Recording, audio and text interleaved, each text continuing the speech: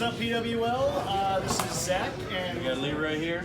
we are back for another episode of 13 Cards Subject to Change. Another big event here at Clyde Iron at the new event center. We're here with local ring announcer Matt Burdall. Matt, how you doing? Doing great. It's awesome to be here. Clyde, and to hang out with people is a good thing. Oh yeah. It's always a good thing, especially when it's comp. What? Anyway, so Matt here is you're known kind of for multiple companies here in Minnesota. Yeah. Multiple places. I started ring announcing back in 2014, 2015. Friends sometimes, and people yell out "purple shirt."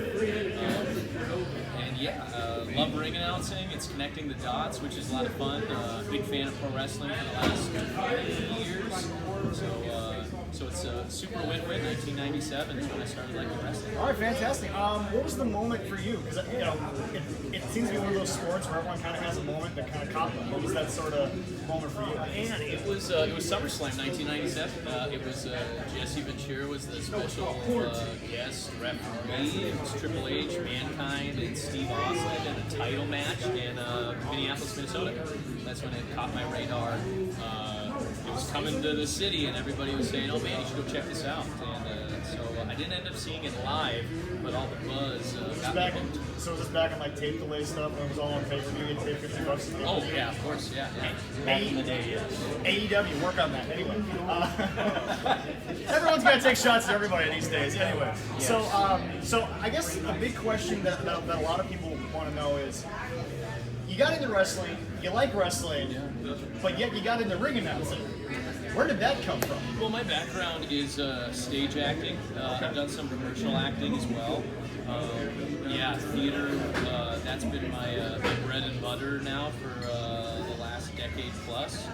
And I went on a 3-month road trip around the country with my girlfriend at the time, wife now. And we were having just lots of really good long conversations as a 3-month road trip allows. And one of the things I absolutely loved was wrestling and performing. And when we moved back to Minneapolis, moved back to the Twin Cities, we were kicking around the idea of like exploring more of the things that essentially make me happy. And so it was funny. There was a bunch of groups in the Twin Cities, Steel Domain Wrestling, Prime Time. Those were some of the two most active at the time that I was checking out. And so it was Darren Corbin, actually. I shot him a message via email, Facebook, whatever. And a couple Lounge member, Darren Corbin. Darren, how you doing? Check out that shirt, yeah. Yeah. Sorry about Leroy. You could deal with that during the show. Yeah, and so I shot some people some messages. He was one of them, and he was the first one to respond back, and one of the only ones to actually respond back. I'm just saying, hey, this is my background in life. I love wrestling. Any ideas on ways to get involved? And he was really down to earth, and he was like, cool, this is the insight I have on things. I encourage you to check it out.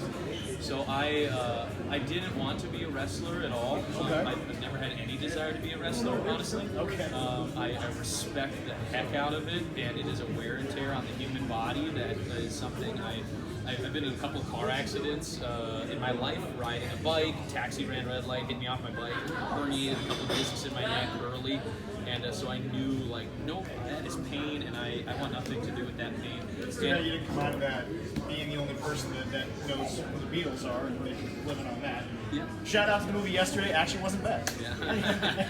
So yeah, ended up messaging a couple local promoters in the Twin Cities, and Ed Hellier for Steel Domain Wrestling was the first to respond back, and he said, hey, actually we need somebody to suit up this weekend.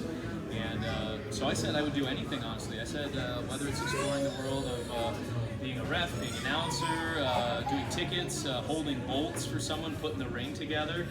I was I'll start anywhere. And ring announcing kind of made sense with my background. Okay. Interesting transition. So, obviously what you do is more vocal than physical. Not that physical isn't vocal, obviously. But, so, before I get into the question, I saw an interview years ago of actually Brian Johnson of AC/DC.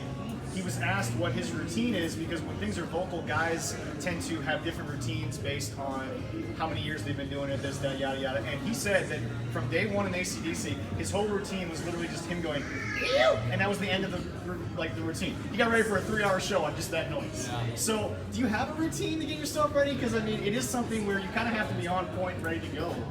Yeah, for myself, I think it ties into my theater background. You know, a big element of my life was musical theater specifically. Okay. So vocal warm-ups or something I just had to do prepping for shows. I don't have a specific regiment that I go through, because most of the time too with these shows, you know, it ends up being, it'll be in the evening. So you have the whole entire day to essentially physically get warmed up. So I don't, or have a beverage. I was gonna say, if people that want to interview want to buy a drink, that's an interview. There you go. So no, I don't have a specific regiment in mind. Love jamming out to songs that test my range. Really? Okay. Whether it's the Beach Boys or Ben Folds or the Beatles or whatever it might be. Every once in a while, I love to pull up other announcers, whether it's a classic Think or a Bruce Buffer. I love Bruce Buffer. Love the energy he brings to stuff. It's just his own beast. But no, there's no specific thing that I do except. More than anything, honestly, it's physical. I'm not gonna lie, I'm a little bit more of an introverted person in my personal home life. So when I suit up come ring time and when the doors open, I find physically, if I'm getting revved up and getting engaged, that just helps connect the dots. Before we move on to the next question Leroy's got, why the purple shirt? Yeah, good question. When I started ring announcing, I never used to introduce myself at all. And not because I was being weird or an idiot. I just never thought to introduce myself. So lots of people were asking, "Who are you?" And I just wouldn't tell them. Not for any particular reason, honestly. It's like, you're gonna forget my name either way, probably. But I wore a purple shirt one time, and a crowd was essentially saying, "Who the hell are you?" And so they started chanting "purple shirt." And so yeah, I've been doing the purple shirt thing ever since, because people just kept saying "purple shirt." So it came from the fans at an event, and so now I have a couple of purple shirts at home. All right. And I prep for the day someone rips it off me and burns it or something. So I have an extra one. As Chris Jericho once said, if you can do something and it ends up on a T-shirt or a sign, or in the crowd's chanting, you've done something right. Oh my gosh, you mentioned T-shirts. It wouldn't be appropriate to not bring one. Oh, there you go. So I brought essentially a purple shirt, and it is for you, my friend. Very nice. And that is my gift to you. Alrighty. I'll give you guys all purple shirts as well. We're good But to go. it was so funny. It was I was doing the purple shirt thing, and fans started saying, "Matt, when are you gonna make a purple shirt?" And I was like, "That's weird. I'm a ring announcer. Ring announcers don't have shirts. That's just really weird." And it was some awesome diehard fans and good people were saying, "No, we want to support you. Make a shirt and we will buy it." So yeah, I made shirts and sold them out, and then made some more. And so yeah, that's where purple shirt. Fantastic, Leroy. All right, I know the locker room reaction. I know one on that. Just how the rest of the So as an announcer, you're obviously part of the crew, part of the roster on multiple nights, and like I said earlier, multiple companies. When you work, you're not necessarily contracted by one company, but a bunch of different places around the area. What is the locker room reaction to announcing? Do they interact with you guys much? Are you really that much part of the crew, or are you sort of like backstage crew? I think it depends on the places you work at. In a good way, a lot of the organizations that exist are families, and when you've been with the family for a certain amount of time, you just connect with people more. You guys, how long you guys been best friends?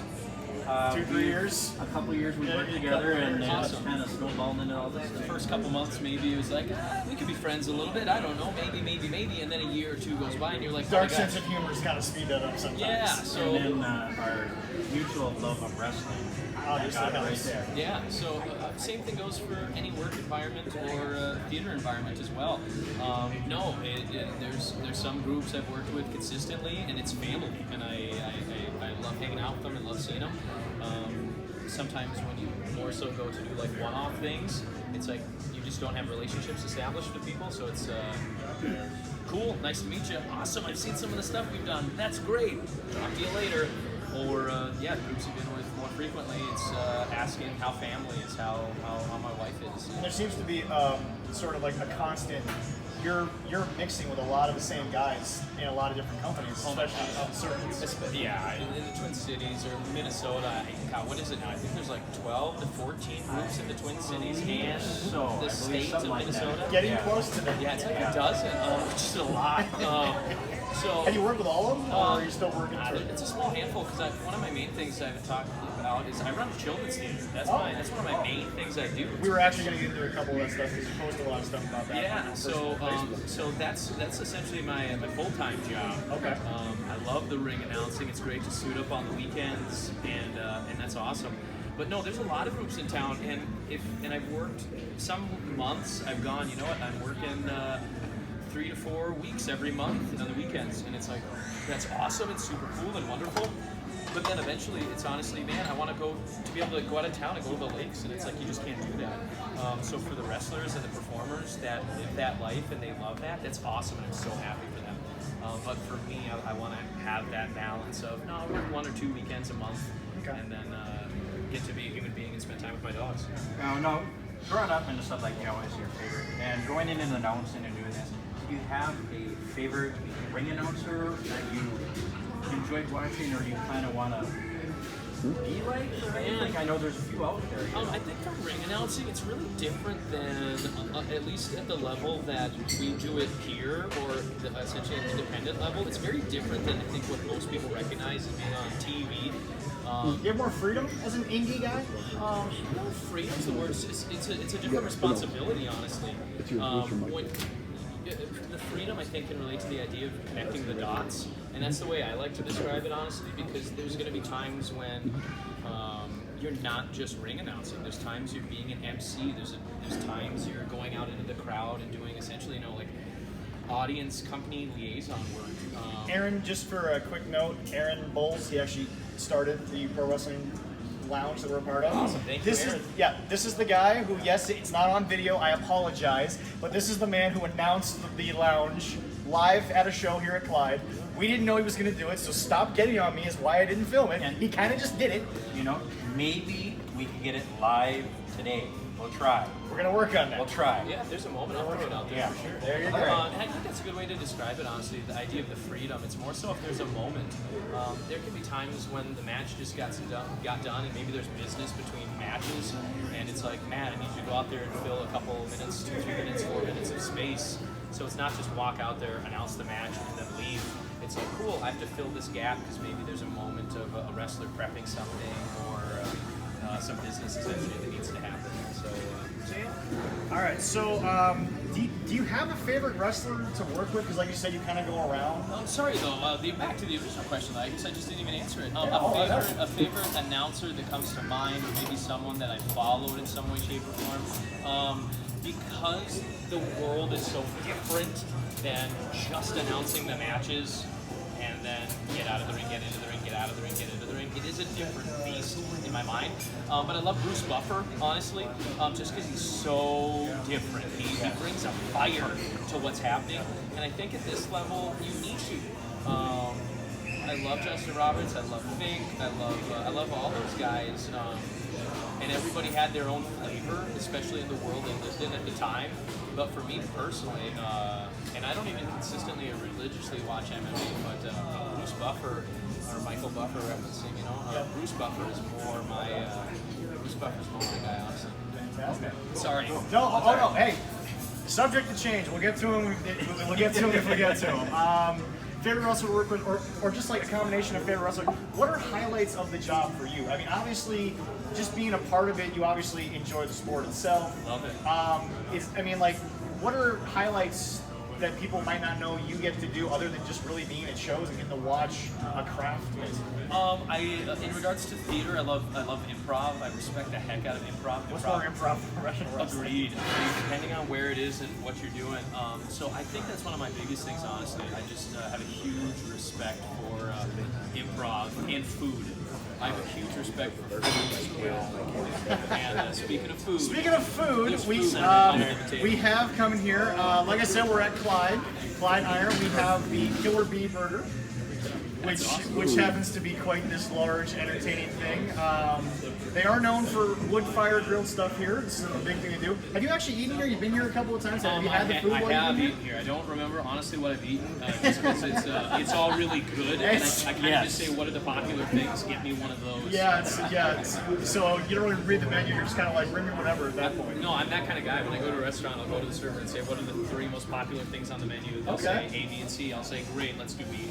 Clyde Iron, they are out west here in Duluth. They're by the Heritage Center, so come on out and take a look at them. We'll definitely let you dive into that in a second here. Yeah. But sorry for I love the improv nature. I think that's the most highlighting thing that I love about theater, and it goes to wrestling as well. And some of the guys, specifically wrestlers, I enjoy.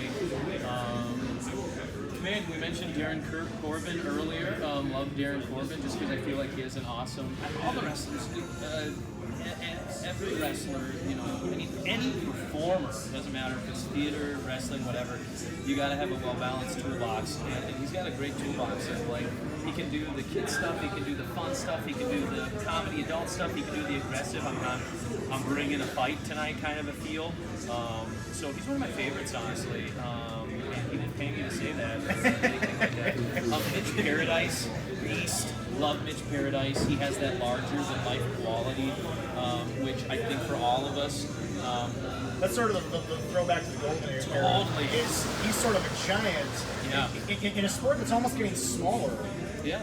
He's sort of one of those giants that can also still bring that sort of persona around. Yeah, but then you have guys like Airwolf too, who are the other side of that spectrum that are all over the place. And so I guess if I think of 3 wrestlers right out of the gate that stood out to me, Darren Corbin, Mitch Paradise, and Airwolf, just off the top of my head. Let's see here. There's so many things to get to. I know. Listen, how about the biggest event or atmosphere you've been announced? Man, Fortune Mania, love it. Fortune Mania is a blast. So cool. Every event can have a different energy to it. One of my favorite venues for the longest time was actually in Richfield, Minnesota. It was Steel Domain when they were performing and using that venue. Yeah. The American Legion, I believe. I absolutely loved it. It was small, it was intimate, high ceiling. You could do throwback flavor to good old AWA days, or it could have a really contemporary feel. Love that space. And depending on how many people you have in an event, the Fortune Mania is awesome. Guys like Sting coming in. You had Eric Bischoff, David Arquette. You had NWO. Having some awesome moments in the ring, and then as a fan as well. That's just super exciting. So you can have a small venue or a big venue, either one. Did the second one, after you've done multiple of what is considered a big show, did the second one, in your opinion, live up to the hype of the first one? Can you not compare the two because it was a first-time thing? How do you compare something that has multiple, generations over I feel like everyone has a different flavor, honestly. So the idea of comparing them, I think they're just different beasts. And I feel like that's my mental phrase of the day right now. Well, I think this number 2, we were there.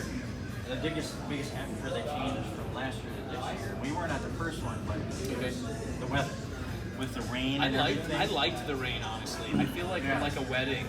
Another thing I do that surprises people usually is I officiate weddings. I usually do 10 each year, and I love a wedding that has a little bit of rain. Because honestly, everybody huddles up a little bit, and it just kind of it binds everybody together. So especially with a wrestling venue, depending on the rain, that was a covered ring, which is awesome, and covered around the apron as well. So I thought that was great. But yeah. All right, so we got a couple of things left, a little bit of time there. I know you guys get over there. New entertainment center, they're doing that. This is a question that somebody really wanted to know. A couple of people asked, what is a negative you saw to the job that maybe you didn't see coming? If there is one, I mean, like, what's a huge negative other than maybe the fact, like you said, you're trying to have a regular life? Yeah, a negative. I think pro wrestling's a thing of passion, honestly, especially at this level. No one's getting rich. It's just the way that it is. Okay. And even when you go beyond that and beyond that, similar to theater gigs and even commercial gigs, you'll have some gigs sometimes that pay like $800 for the hour, or you'll have some things that you're not getting paid and you're losing money because you're driving somewhere. I think wrestling is very comparable to theater sometimes in a way that maybe some people don't realize. But in regards, I think it's the idea of people. I think if anything, just like a job, I don't believe people quit jobs. I think people quit people. So I think I guess not in a good way or bad way, but you can have a job, you can work with someone, and potentially, you know what, you're a good person, I'm a good person, we just don't work well together. I don't personally have a strong experience like that exists, but that's what I see. So I think there's a lot of good people in the world of wrestling, and you can just sometimes, great, you're a good person, I'm a good person, we just don't mesh. Fantastic. All right, so before we get to the last part, which is a simple kind of quick fire thing. Okay. It literally, there's not a question mark on the paper. It is literally just 2 words. Everyone for the lounge, you'll know what I'm going to say. We have to ask, and it's a question and a statement. Okay. Ken Anderson. Yep. You work with this man a fair amount.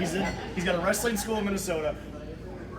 Is that all improv, or is Ken kind of coming up to you and being like, "This is what I'm going to mess with you with"? I mean, honestly, his whole gimmick is sort of like messing with you guys. It's a little bit of both, you know. It's there's sometimes moments of I don't know what's happening.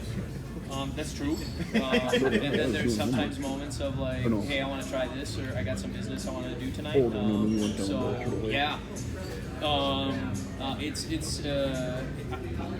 When I was driving up here today, I was excited. Yeah. I was excited for the show. Okay. And Ken Anderson, Mr. Anderson, he's an element of that. Yeah. And when you have a show that Ken Anderson is a part of, you are excited for that show. As any facet of he gets a wonderful, great reaction here in our lovely state of Minnesota, because he's from that lovely place that we kind of loathe, Green Bay. You know. And well, you're from Wisconsin.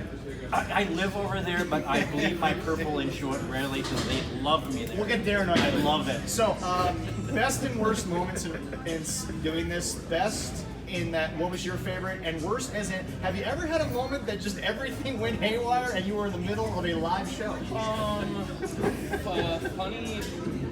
Funny little moments that come to mind is thinking of my very first time ring announcing ever. It was a little bit of a hot start, and I went into the ring ready to announce, and Danny Duggan and Arya Daivari just went right at it, and so I immediately just left the ring. So my very first match ever to ring announce didn't actually happen.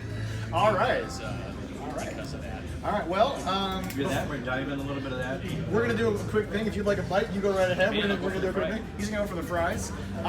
Once again, guys, Clyde Iron, thank you so much for having us. Matt, thank you. We know you got to get over there. I'm excited. We're looking forward to it. Happy Halloween, too, and we'll get you guys updates on it later. So thank you so much. Leroy, you're the fat guy, so... I'm the fat guy. So switch that down. And I eat beer. Switch that down, have a I'll bite. tell you, this would be great, and if you make it to Duluth or if you're in the area, come down. The beer is wonderful. The food looks I'm going to switch this down. Leroy, go for it. One big bite. Come on now. Oh, yeah, I know. I got a big enough mouth. All right, yeah. While he sizes that up, thank you for supporting independent wrestling in the state of Minnesota. And thank you so much. Obviously, this is sort of a view that a lot of people, as we get this is going to be a lasting image. There will be. All right. That worked out. But thank you so much for a different perspective, and we look forward to talking to you down the line. Have a nice day. Thank you.